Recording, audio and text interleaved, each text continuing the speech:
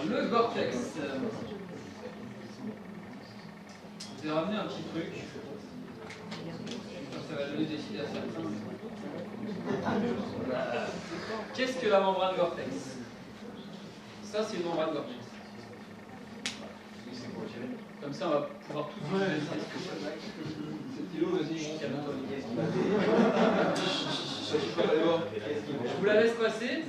Alors, le Gore-Tex, c'est quoi? Ça a été développé au départ par la NASA pour aller dans l'espace, pour les combinaisons dans l'espace.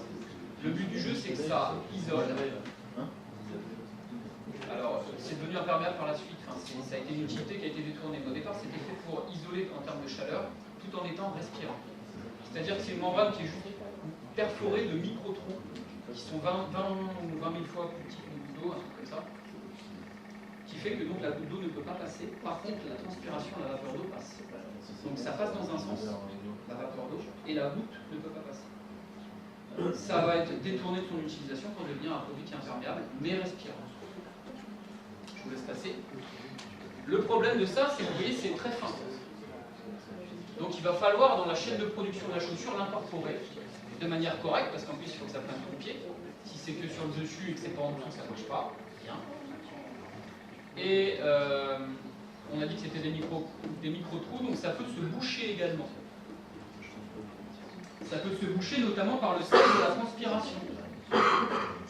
C'est-à-dire que quelqu'un qui a une utilisation régulière de sa chaussure, il transpire dedans, eh bien le sel qui est dans la vapeur avec l'eau va se déposer à l'intérieur de la chaussure et faire que très rapidement on a une chaussure qui va plus du tout être transpirante.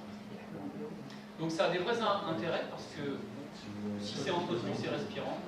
Par contre, dans le temps, quelqu'un qui aurait une hyperhidrose, il faudra vraiment lui en parler parce que ça peut générer vraiment des problèmes de rétention. Donc voilà, ça c'est le logo que vous trouvez sur les chaussures, Gore-Tex. D'accord? Ça aussi, c'est le logo que vous trouvez.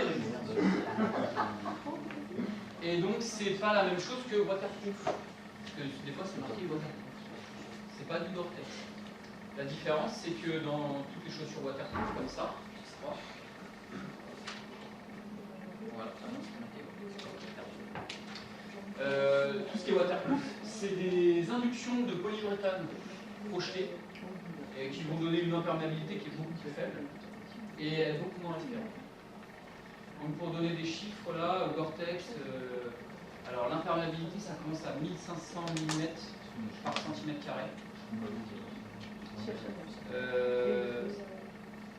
Gore-Tex on est à 45 000 là, sur les prochains.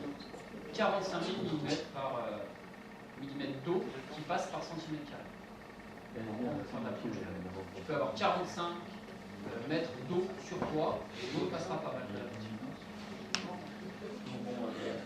Et l'induction, par contre, c'est beaucoup.